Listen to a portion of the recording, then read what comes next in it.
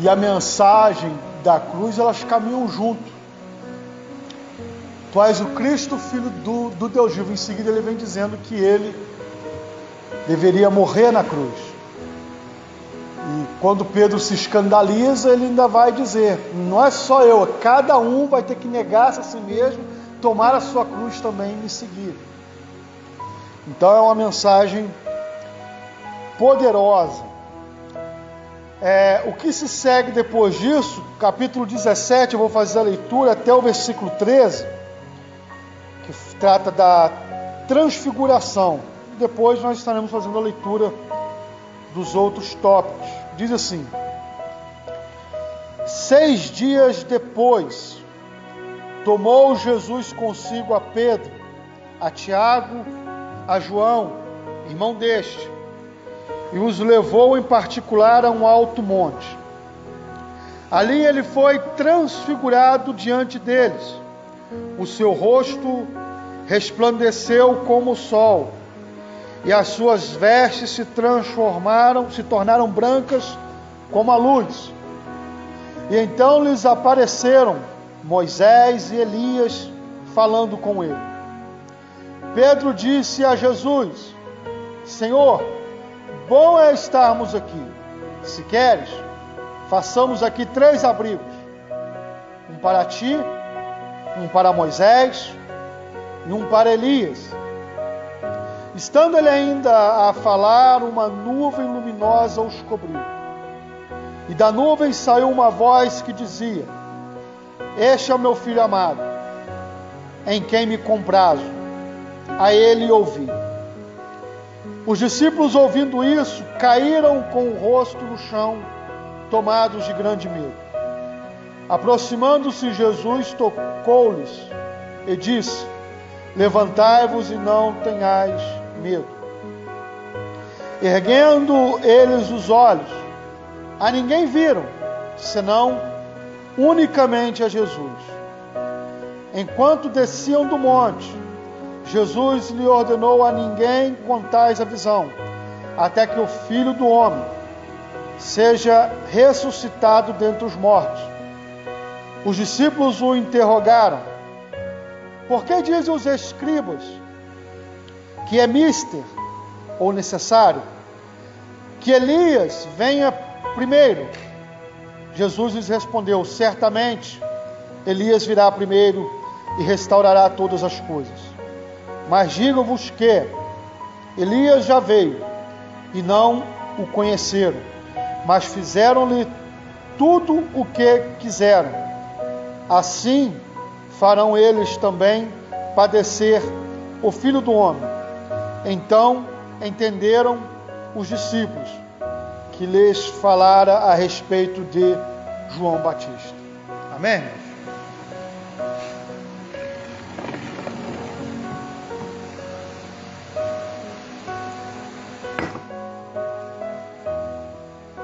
Em Cesareia de Filipe, Pedro faz a confissão: Tu és o Cristo, o Filho do Deus vivo.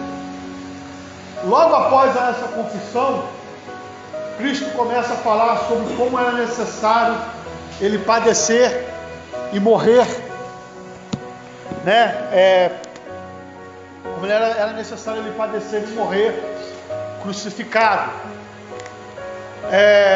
O que se segue depois disso foi um escândalo, pois que Pedro não aceitou essas palavras de que Cristo teria que padecer e teria que morrer, pois que eles esperavam um Messias político.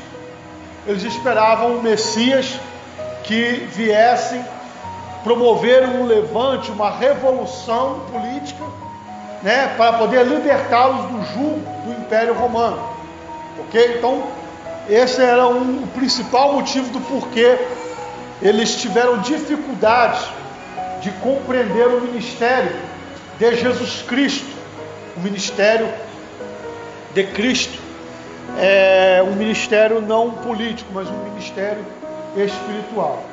O que se seguiu depois disso é que Cristo começou a explicar do porquê que ele teria que padecer, como que era necessário que ele morresse na cruz, e houve ali uma tensão muito grande, porque ao mesmo tempo em que Pedro faz a célebre confissão: tu és o Cristo, o Filho do Deus vivo, e aliás, sobre esta confissão está debruçada todo o cristianismo, depende dessa confissão, está em cima dessa confissão, pois que o próprio Cristo disse que sobre esta pedra edificarei a minha igreja, ou seja, sobre esta confissão, o Cristo, Filho do Deus vivo, a minha igreja será edificada. Algo poderoso. E logo em seguida, olha o drama que se formou ali. Logo em seguida, quando Cristo disse que ele teria que padecer e morrer, Pedro se levanta e diz: nunca isso vai acontecer com o Senhor. Porque estavam esperando o Messias político. Se o Messias político, o libertador que eles esperavam, morresse, quem os iria libertar? Né? Então eles não compreendiam. Então ele disse: longe que isso nunca aconteça com o Senhor. E Cristo repreende: ó, para trás de mim, Satanás, porque tu só conheces as coisas do mundo, tu não conheces as coisas de Deus.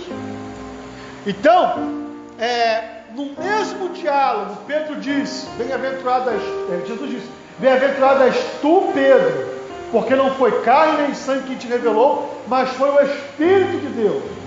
E no mesmo diálogo, Jesus vai dizer assim: para trás de mim, Satanás. Olhem o clima, tentem imaginar o clima que se formou ali, né? É óbvio que os discípulos não tinham uma compreensão adequada a respeito do ministério de Cristo. Eu retornei um pouquinho aqui só para os irmãos poderem entender. Quando nós fomos para a transfiguração, ficaram um pouquinho mais fácil de compreender. Então eles tinham essa dificuldade de entender o que vinha a ser esse ministério. Quem era esse Cristo? Ele é o Filho do Deus vivo, mas vai morrer? Nós estamos esperando o Messias nos libertar, mas ele vai ser entregue nas mãos dos sacerdotes?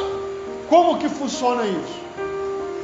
Então existe uma lacuna aqui, né? Nós sempre vemos os autores, os escritores dizendo assim: depois disso, logo depois foram, né? Depois desses eventos aconteceu assim, assim, assado.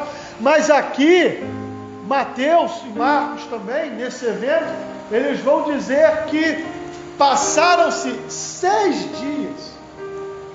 É interessante isso, porque normalmente eles não dão dias precisos. Depois disso aconteceu isso, depois disso foram para lá.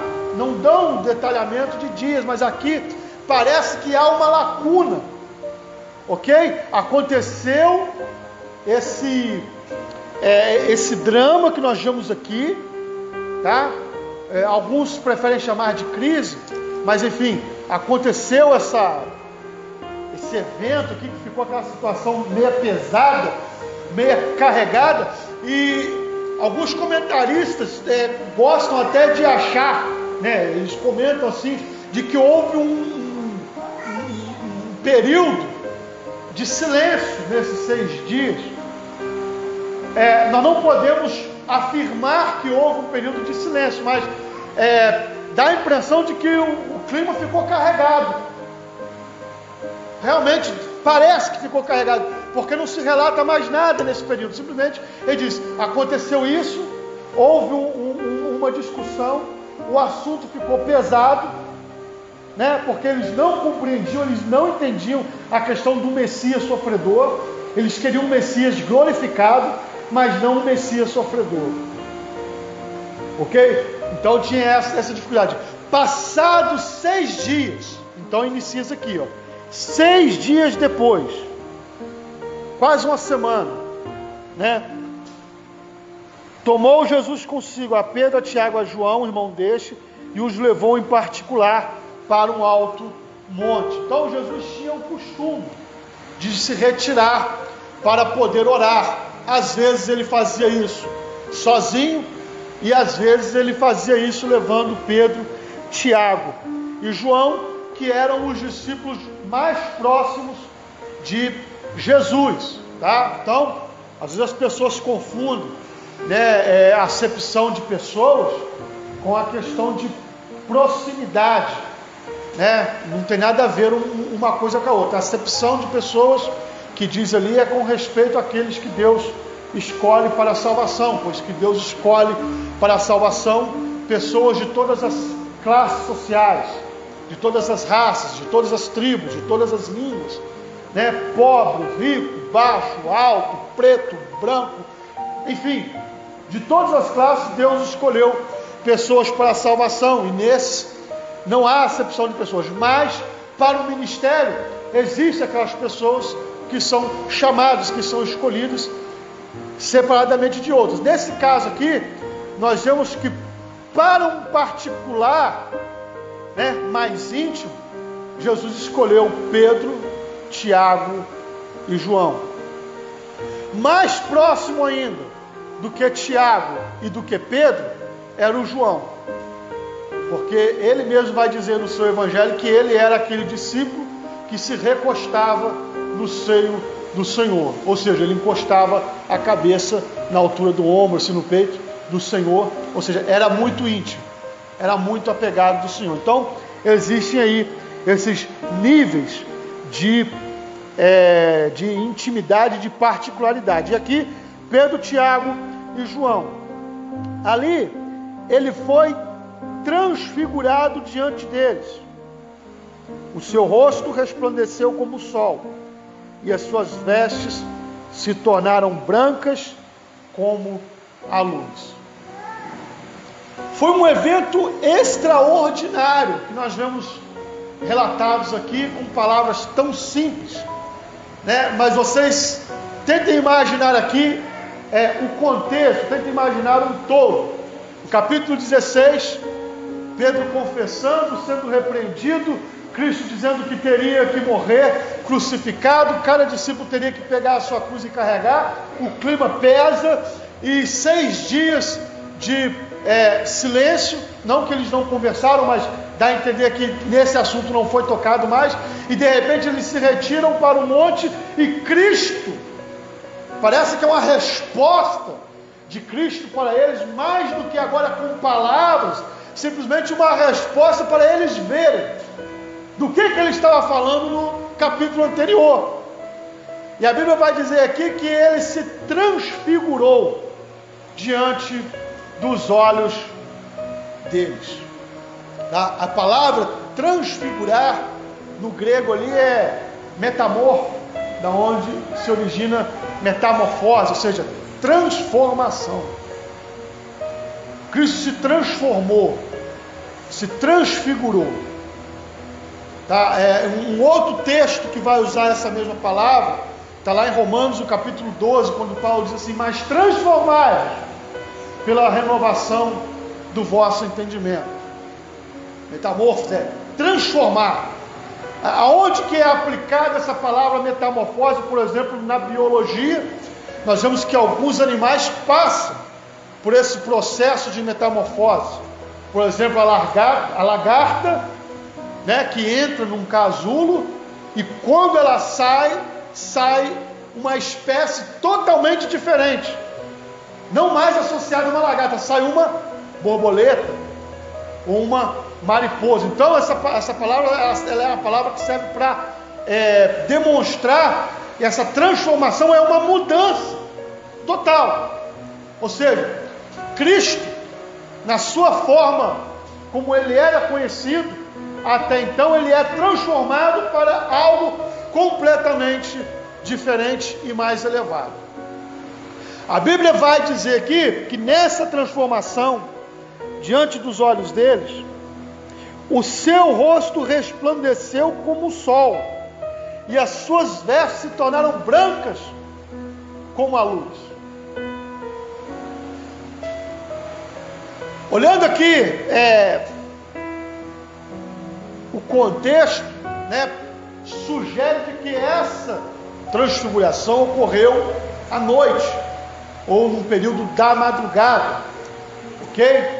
Então, por isso que dá-se a ênfase de que a sua veste transformou mais branca do que a luz. Provavelmente seria uma indicação de que isso tenha acontecido à noite. Mas tentem imaginar aqui a cena. Poderia haver ali alguma forma de incompreensão a respeito do ministério de Cristo, por causa do que nós vimos no capítulo anterior, no capítulo 16. Agora Cristo se transfigura diante dos olhos dele. A impressão que eu tenho, irmãos, é que Deus está dando para eles uma resposta visual do que Cristo estava falando no capítulo anterior. Tu és o Cristo, o Filho do Deus vivo. E agora Jesus se transforma diante deles numa forma glorificada. Algo que deixou eles apavorados. Se você pegar o relato em Marcos, você vai ver que os discípulos ficaram atônitos. Eles ficaram apavorados com aquela visão. Vocês imaginam, de repente, vocês olharem para alguém e essa pessoa transformar na frente de vocês? De uma hora para outra, o rosto dessa pessoa começar a brilhar como chama de fogo. As vestes como a luz do dia. Tudo resplandecendo. Tenta imaginar. Eles que não ainda tinham essa dificuldade de compreensão, como que eles encararam isso? A Bíblia vai dizer que durante essa transfiguração apareceram, prestem bem atenção aqui, e se houver dúvidas, vocês fiquem à vontade para perguntar, tá bom? Durante essa transfiguração apareceram dois personagens do Antigo Testamento. Apareceram Elias e apareceram Moisés. E começaram a conversar com Cristo. Começaram a falar com ele.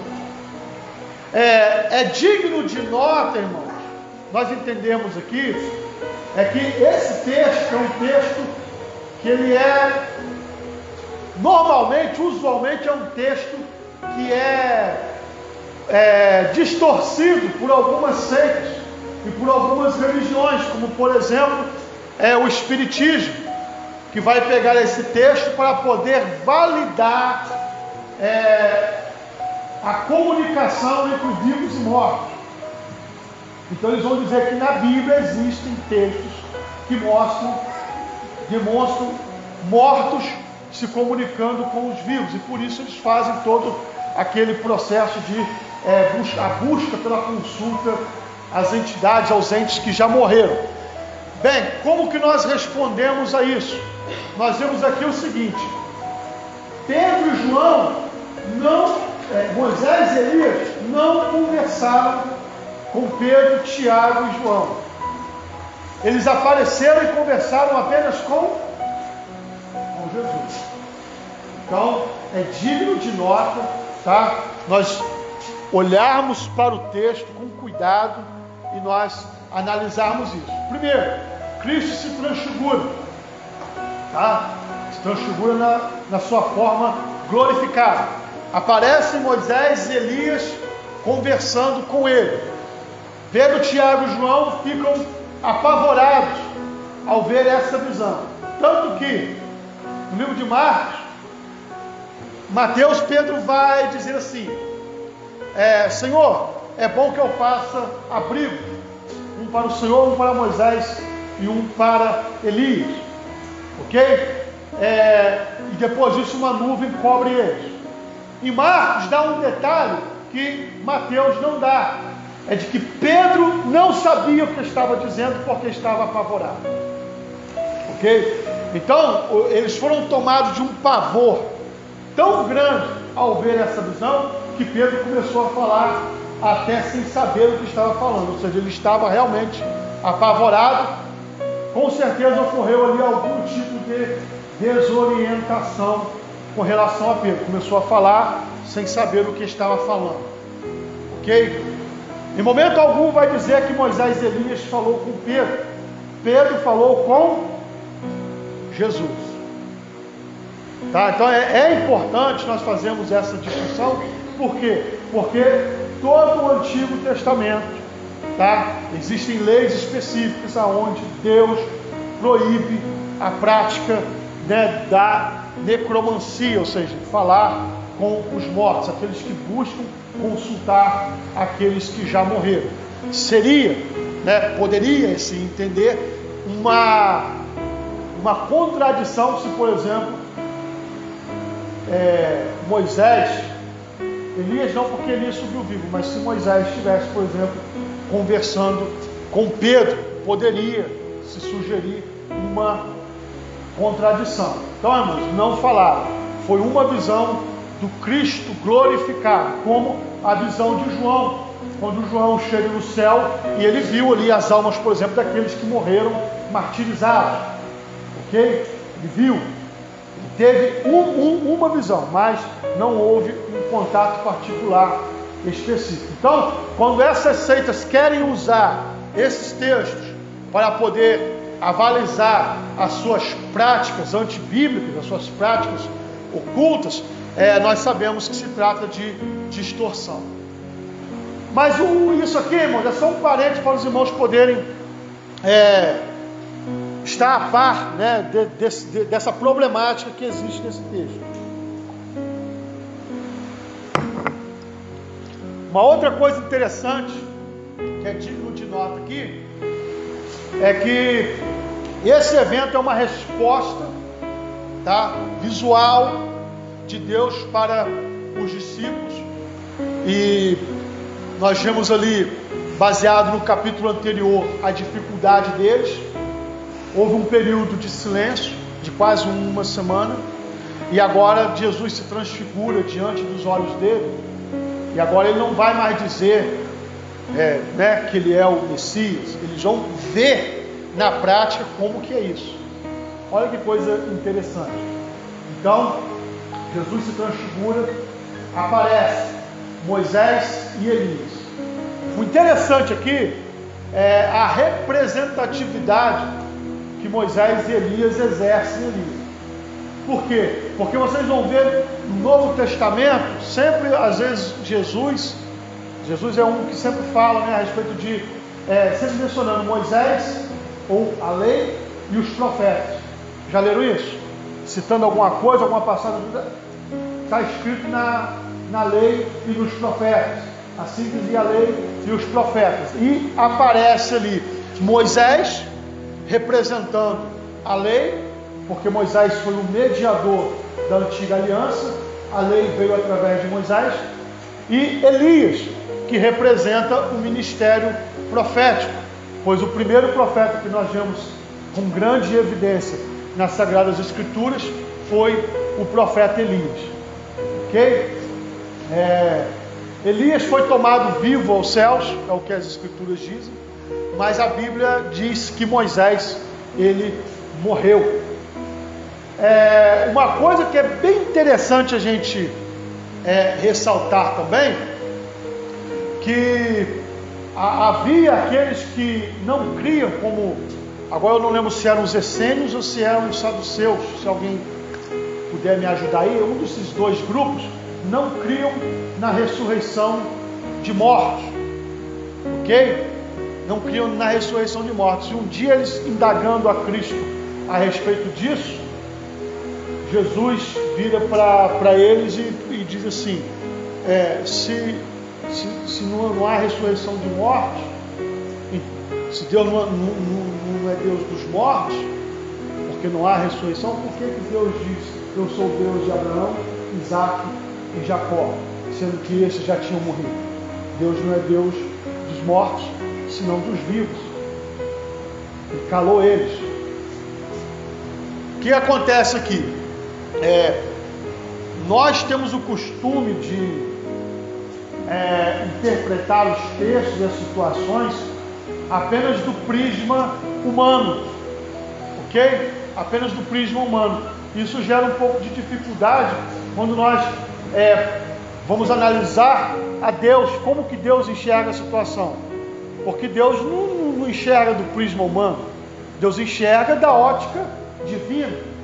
Deus é eterno, Deus é Espírito, então a forma de Deus olhar e enxergar as situações é completamente diferente à nossa, ok? Tanto que o próprio Deus vai dizer que os meus caminhos são mais altos que os vossos caminhos, os meus pensamentos são mais altos que os vossos pensamentos. Para Deus não existe morto, que existe para Deus, mundo físico e mundo espiritual. Tá?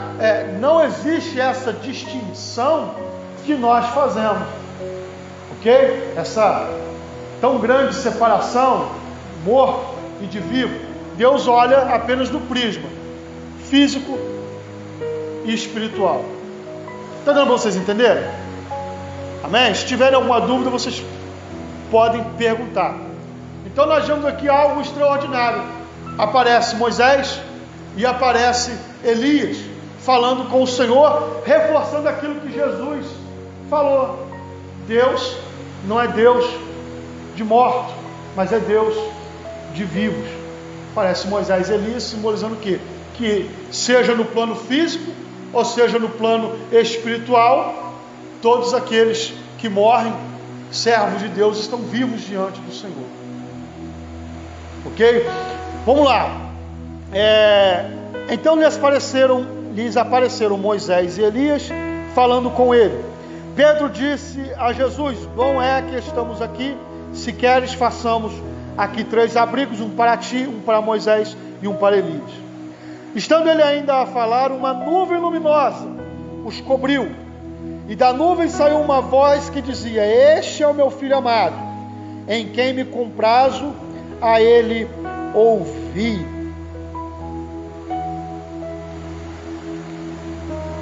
Olha que mensagem poderosa.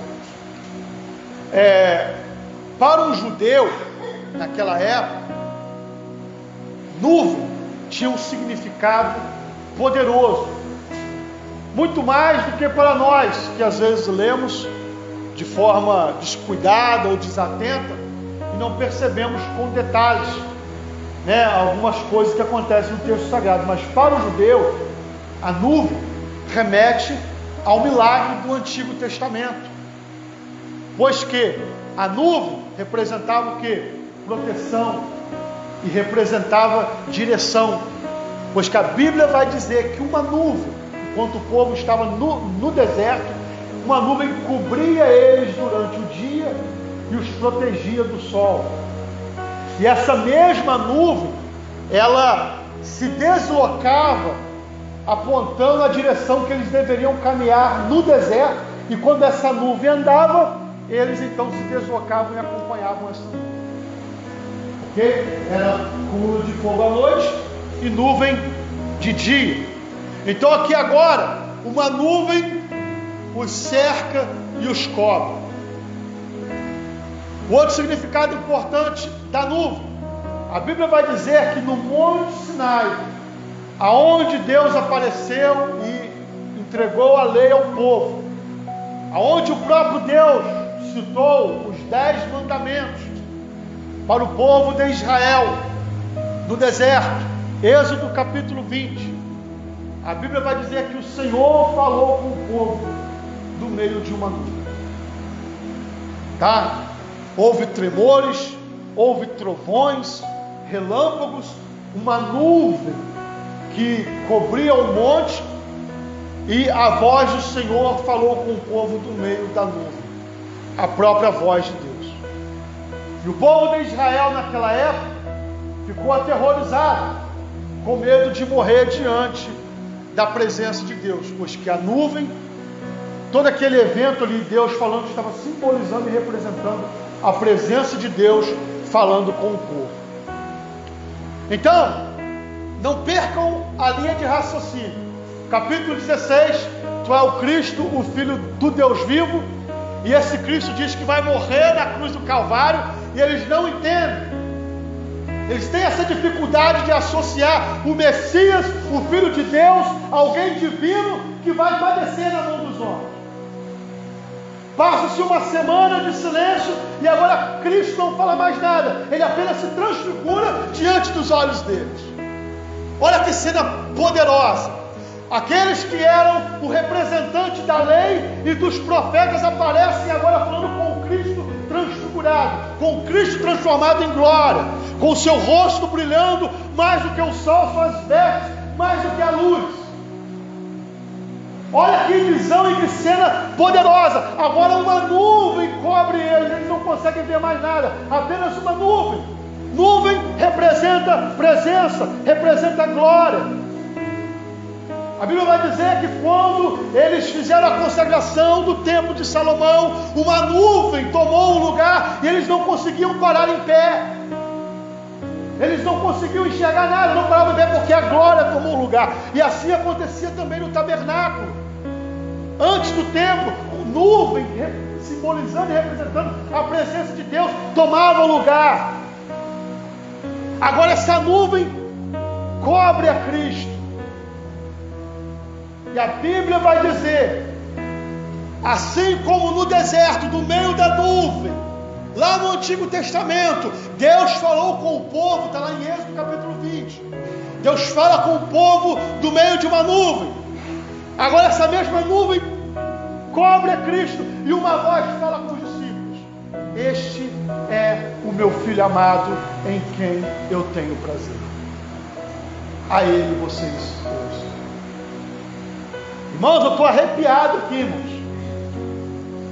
É algo poderoso a simbologia e a representação do que Cristo estava demonstrando para eles.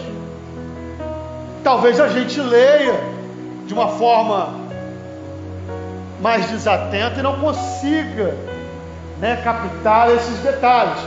Mas para eles que eram judeus, naquele momento ali, eles temeram.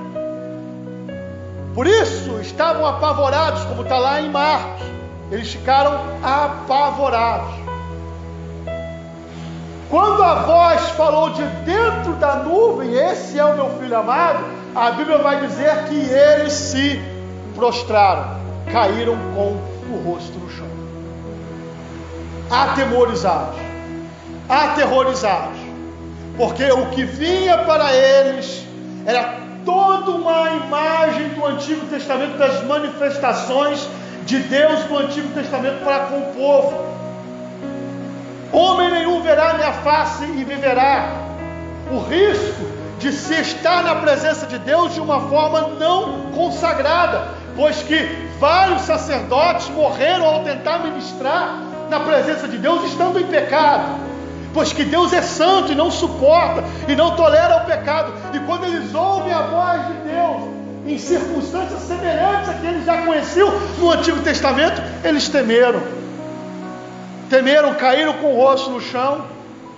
E a coisa que vem na cabeça de todo judeu que tinha essa familiaridade com as aparições e as manifestações da presença de Deus é: eu vou morrer.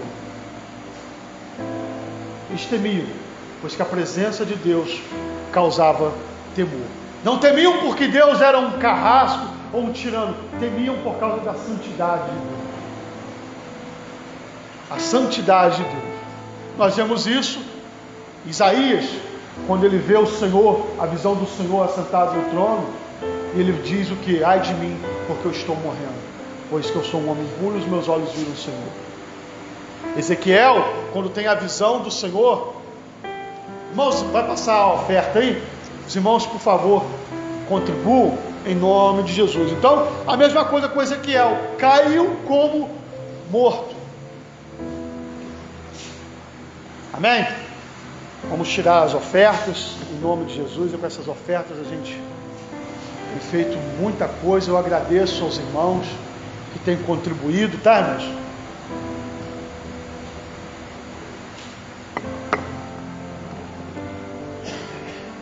Então, a presença de Deus para os judeus era algo que causava temor.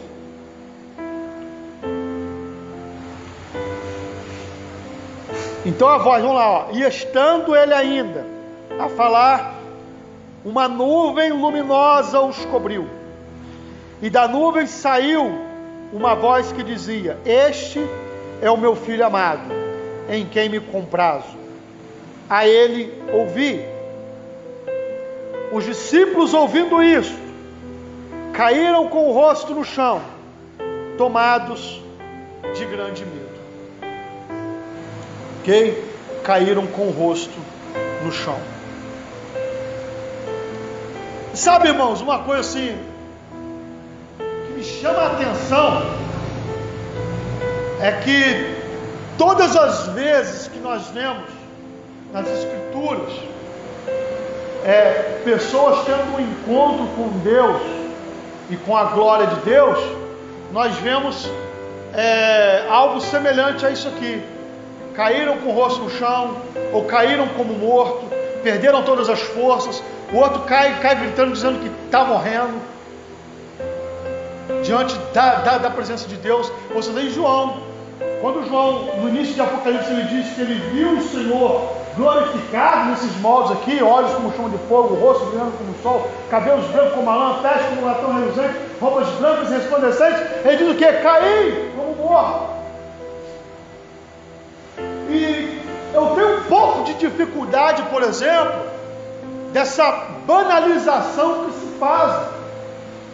Algumas pessoas dizendo que a todo momento eu estou vendo um homem de branco, eu estou vendo Jesus andando aqui, ele está aqui, ele está andando, eu estou vendo. Uma banalização da visão da glória de Deus, do Cristo glorificado e da presença de Deus é algo que me chama a atenção. A todo momento estão vendo Cristo aqui, Cristo ali. Cristo está sentado aqui na cadeira, ninguém pode sentar nessa cadeira porque é Cristo que está aqui. Eu não estou dizendo que Deus não possa aparecer para as pessoas. Eu sei que apareceu para Paulo, né? Apareceu para outras pessoas. Não estou dizendo que não apareceu, estou falando da banalização. Ok? A pessoa assiste novela o dia inteiro em casa, vai para um culto de reteté e ali ele está vendo Cristo para cá, Cristo com uma bandeja aqui, Cristo está te servindo, Cristo está te perguntando o que você quer, ele está aqui, eu estou vendo ele na sua frente falando com você. Irmãos, a gente precisa de ser um pouco mais maduro.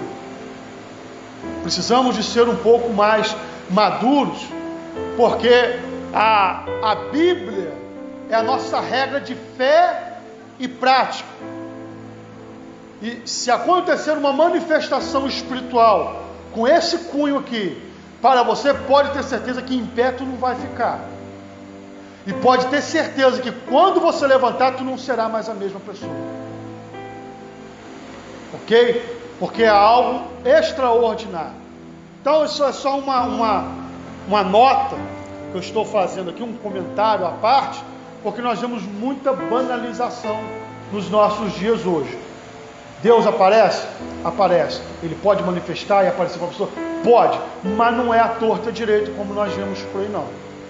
Porque é algo extraordinário. E aqui era uma resposta para os discípulos. Era uma resposta para aquele evento que aconteceu no capítulo 16. Aquela dúvida, aquele atrito que houve ali, que é o Cristo do Deus vivo. Eu vou ser entregue na mão dos homens e eu vou morrer na cruz do Calvário. Longe de ti, isso não vai acontecer. Arreda de mim, Satanás. Tu não conhece as coisas de Deus. Um clima pesado. E agora Jesus responde para os discípulos. É a mesma coisa do capítulo anterior. Só que agora não mais com palavras. Vocês vão ver do que eu estou falando. Vocês vão ver. Então a glória cobre a Cristo. A voz fala com eles. Eles caem com o rosto no chão, atemorizados. E olha o que é interessante aqui, irmãos. Olha o que é interessante aqui. Os discípulos, ouvindo isso, caíram com o rosto no chão, tomados de grande temor, de grande medo. Olha o que se seguiu depois. Aproximando-se Jesus, tocou-lhes e disse: levantai-vos e não tenhais medo. Erguendo eles os olhos, a ninguém viram, senão unicamente a Jesus. Sabe o que eu aprendo aqui? Toda e qualquer manifestação espiritual, ela precisa, o resultado e a conclusão de toda e qualquer manifestação espiritual é única e exclusivamente Cristo. Não pode haver outro resultado para qualquer experiência espiritual que nós venhamos ter, que não seja Cristo. E aqui nós vemos que depois de toda essa glória, de toda essa manifestação, eles erguem os olhos agora e eles não veem mais nada, só veem Cristo. Não mais o Cristo glorificado, não mais o Messias com poder e com glória, apenas o Messias que está na sua caminhada para a cruz. Toda e qualquer experiência que nós venhamos ter precisa apontar e precisa demonstrar o que deve sobrar na nossa mente, depois de qualquer experiência que nós venhamos ter, é Cristo. Simplesmente Cristo e mais nada. Nós vemos aqui que os profetas, a lei, a antiga aliança, tudo estava apontando para Cristo, pois que o resultado daquela manifestação foi Jesus Cristo. O que sobrou de toda aquela visão e a conclusão daquela visão foi o que? Eles erguendo os olhos e vendo Cristo. Não mais o Cristo com o rosto glorificado, mas o Cristo da caminhada para a cruz. Vocês estão compreendendo a resposta que Jesus deu para eles? Aquela dificuldade deles entenderem, porque eles esperavam um Messias que viesse restaurar o reino nos moldes do reino do rei Salomão. Mas Jesus veio para estabelecer um reino espiritual. Ele veio com simplicidade. Por que a representatividade da lei? Porque toda a lei aponta para Cristo. Tanto que os rituais de sacrifício estavam apontando para quem? Para o sacrifício de Cristo na cruz do Calvário. Vêm os profetas e todo o movimento do profetismo, e eles vêm apontando para quem? Para Cristo. Ué, todos os profetas profetizam e falam a respeito de Cristo. Temos Isaías, o capítulo 53, que é um capítulo que fala sobre o servo sofredor, e ali está profetizado todo o sofrimento de Cristo que ele iria passar. Então é algo extraordinário. O resultado disso tudo, a conclusão disso tudo é Cristo. Tá, irmãos? Então frisem bem isso. Toda e qualquer experiência que nós venhamos ter, experiência espiritual, tem que estar apontando para Cristo, e o resultado tem que ser uma consciência focada em Cristo. Tá bom, irmãos? Nós venhamos aguardar isso na nossa mente, pois que é um grande ensinamento desse texto. Erguendo eles os olhos, a ninguém viram senão unicamente a Jesus. Enquanto desciam do monte, Jesus lhes ordenou: a ninguém conteis a visão, até que o Filho do Homem seja ressuscitado dentre os mortos. E os discípulos o interrogaram: por que dizem os escribas que é mister que Elias venha primeiro? Jesus lhes respondeu: certamente Elias virá primeiro e restaurará todas as coisas.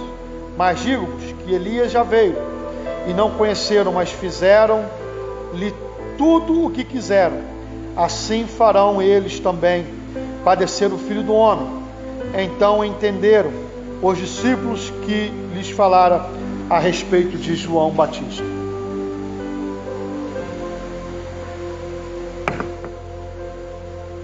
Quando Jesus pede a eles que não contassem a respeito daquela visão até que Jesus subisse ao céu, descendo eles do monte, os discípulos perguntam por que os escribas diziam, que era necessário que viesse primeiro a Elias. Eles estavam falando o seguinte: então, se o Senhor é o Messias, por que então que os discípulos, por que então que os escribas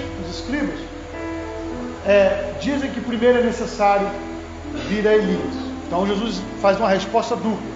Primeiro ele responde o que diz as Escrituras: é necessário primeiro vir o profeta Elias para restaurar todas as coisas. Malaquias capítulo 4, versículo 5. Eis que eu envio adiante de mim o profeta Elias. E ali não está falando de uma reencarnação ou de um reaparecimento do profeta Elias, mas está falando ali está falando de alguém que viria, tá, com o mesmo ímpeto e com o mesmo propósito do profeta Elias. Tanto que quando Jesus diz assim, na verdade eu vou dizer a vocês que essa profecia ela já se cumpriu. Elias já veio e fizeram dele tudo o que quiseram.